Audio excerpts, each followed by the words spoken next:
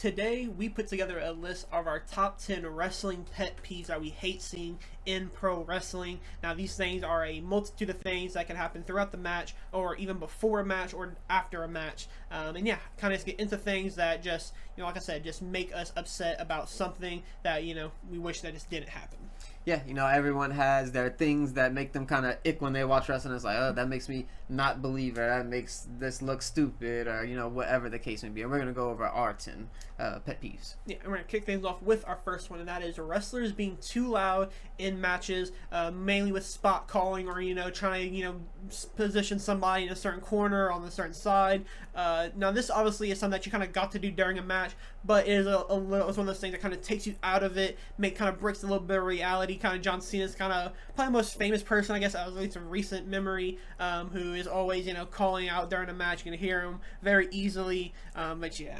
Yeah, another match I could think of that had this problem was, I believe it was the Becky and Trish Stratus steel cage match from whenever that was, but I remember that one being another one that they were calling out spots very loudly with Becky Lynch. She even had one recently on a Raw where she was calling for a spot for Roxanne Perez. So yeah, it happens quite a bit, and obviously it's something that's gonna happen. You're never gonna avoid that completely because you got to make sure you're keeping everyone safe. You got to make sure everyone's on time and on point. So, but it is one of those things that either way, whenever you see it or hear it, it does affect it a little bit, at least for us. Yeah.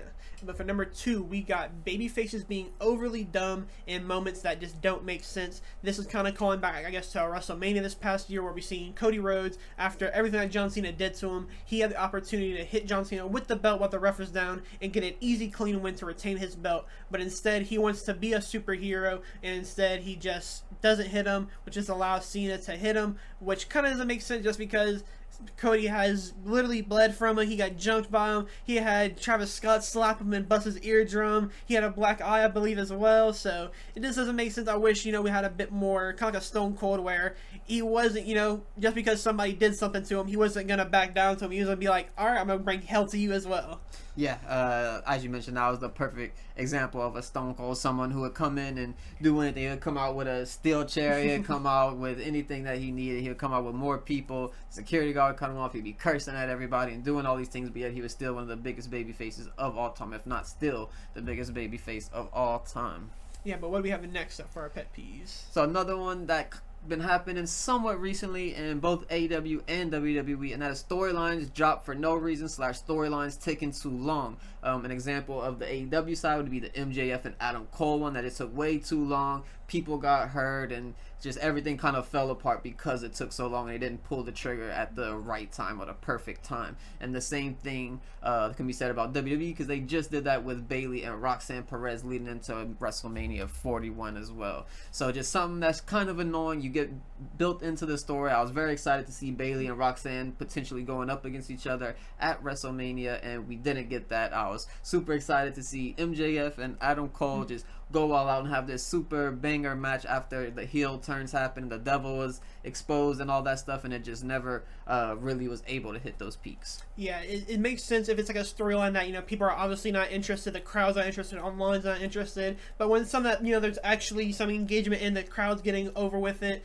I feel like it just sucks, especially like going back to the Bayley one where we wanted Bayley to be on WrestleMania. We thought maybe she could get a title match, maybe she'd win the title match, but then she got dropped to a tag team match, then she got just pulled completely from the match, which is just really annoying. But yeah, it's just really unfortunate because it's more so just wanting to see the talent that we thought we were gonna get. I guess it's me just not want to be wrong as well, but also this is just people we want to see as well. And that does have partial to blame to the fans, because sometimes we can just get our expectations up too high and be like, oh my god, they're giving this person a push, but realistically they just let them win a match, and that's what it is. But moving on to our number 4, something that happens only in WWE as far as I'm aware, and that is cutting entrances. Something that happens basically on every single Raw. I don't necessarily see it happen on SmackDown too often, but mainly on Raw it happens very often. On this past Raw, we've seen it happen, I believe, 3 or 4 different times on the same episode.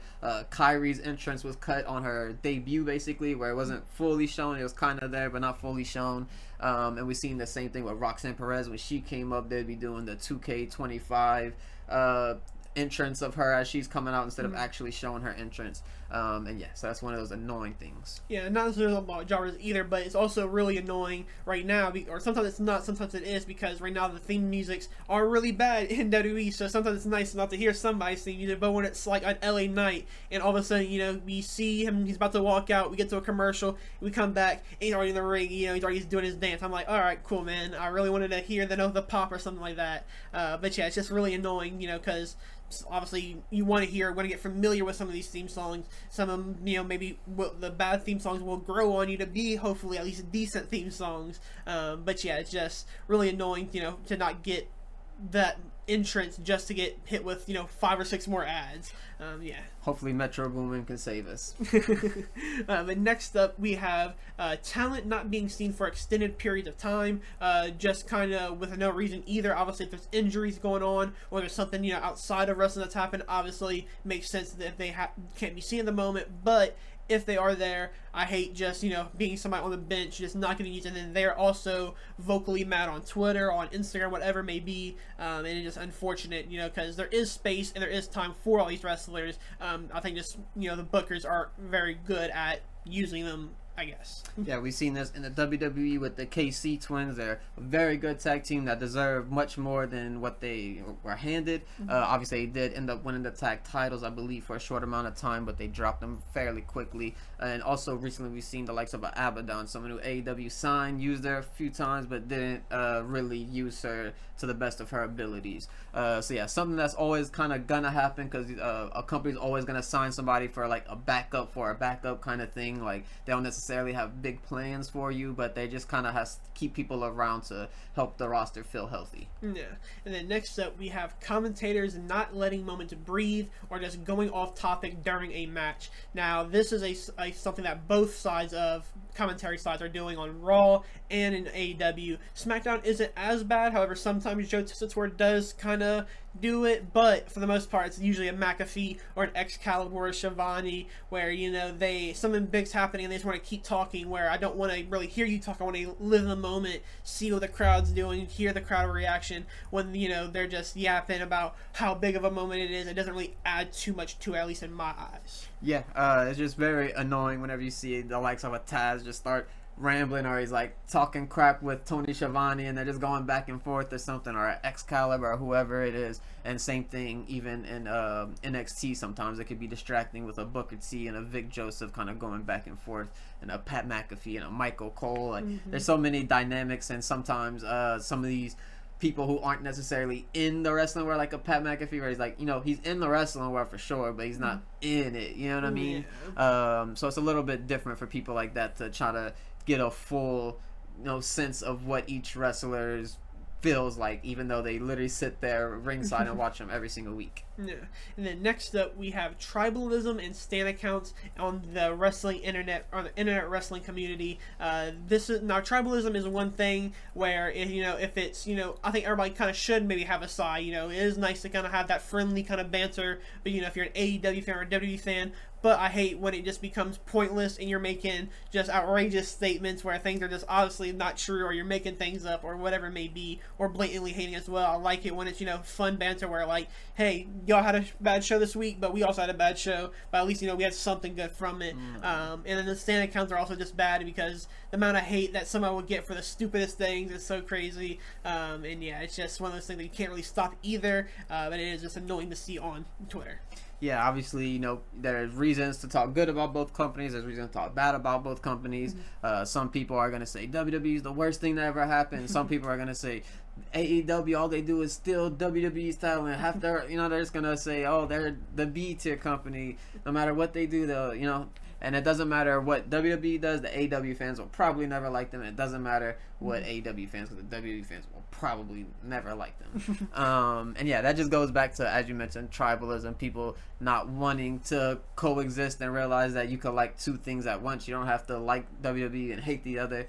We watched every single AEW and WWE pay-per-view for the past 3-4 years and reviewed them on our channel as well. And yeah, we are excited to do both. I don't get more or less excited for either one. Yeah. And then next up, we have the lack of creativity on stage sets, tight introns, and just the theme music nowadays.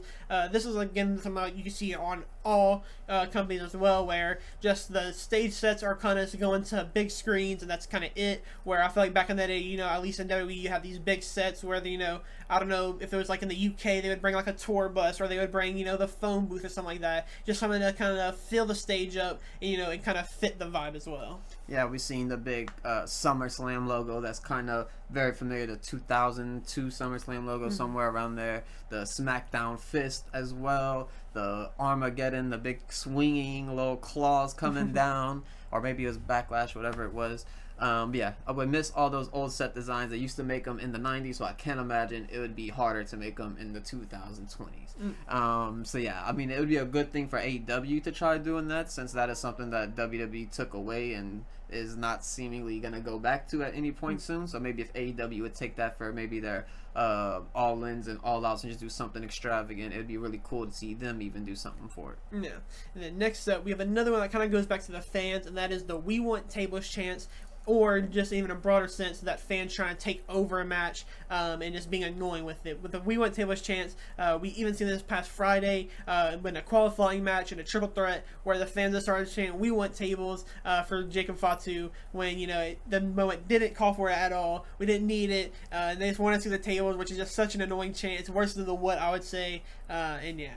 Yeah, I mean, every triple threat match and every fatal 4-way match doesn't need to have a table spot. It doesn't need to be slammed to the announce table. You don't need to go through that same barricade by the timekeeper as well. You don't need to do those same things every match. I do believe what Triple H said, whenever you bleed less, the one time when you do it later, it'll mean more. I do believe in that concept that he mentioned, and I feel like the table is getting to that spot where I don't even really care about the table spot anymore. It doesn't really look cool sometimes, or at least it doesn't feel cool anymore. But yeah, I would like to see more unique chants, at least if you're gonna sit there and chant something, make up something creative, or I don't know. It's obviously very hard to do in a stadium of 20,000 people, but yeah.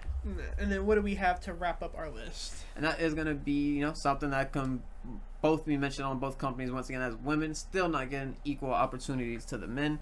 We see the WWE side and the AEW side slowly get better with that. We see women, the likes of Bianca and Rhea and all these people main eventing Raws and stuff like that pretty often at this point. However, they don't really get the chance to main event the PLEs. It almost feels like it's impossible for them to main event a night 2 of a WrestleMania, especially after this year. If that triple threat match didn't get it, then I don't know what women's match will get it at some point down the line. Obviously, we did see it with Mercedes and Bianca in the past. However, that was a different time, I feel like, and that moment kind of called for what that match to happen. Yeah, and women just we seen this past on the Saturday main event. At one point, there wasn't until the day before, we didn't even have a women's match on the show. When there has been lots of feuds that are being built up. That's also another point where it doesn't feel like the women also get the big storylines. Obviously in AEW, we did just get one of the best women's storylines of all time, and just storylines in general of all time with the Mariah May and Toni Storm. However, that's kind of like a once in a blue moon type of thing, where you don't get these huge, amazing storylines that are at least it's never the number one storyline, and they don't put that all over on social media. It's always going to be what a Cody Rhodes is going to do, what a Roman Reigns is going to do, what a Rock or a Cena.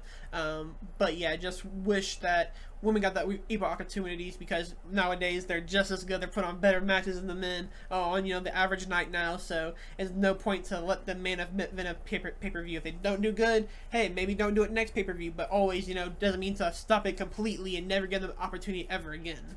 Yeah, just people even in AEW's, the likes of a Thunder Rosa, Chris Statlander, a Willow Nightingale. Like, these are people that I really love. These are people that were there from the beginning, and I feel deserve the higher chances of getting into those title matches, getting into those PLEs, and having those big moments. Obviously, we did see Willow at the Anarchy in the Arena match, along with Marina Shafir, so that was pretty cool. However, I'd like to see more of that get put into play, maybe not with the men all the time, of course, but just put them in a match and just let it happen. If they don't do as well, they're either going to sink or they're going to swim. They're going to become stars or they're not, and it's going to help you or it's not. So you might as well give them a chance to at least do that. And that's for both companies. Yeah, but that would do it for our wrestling pet peeves. Let us know if you guys got any pet peeves down in the comments below that relate to wrestling. And yeah, thank you guys for watching. If you made it this far, don't forget to like and subscribe, and we'll catch you guys in the next one.